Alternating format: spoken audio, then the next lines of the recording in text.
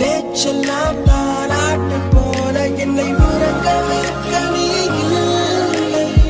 தினமும் ஒரு முத்தம் தந்து காலை காஃபி கொடுக்க நீ இல்லை.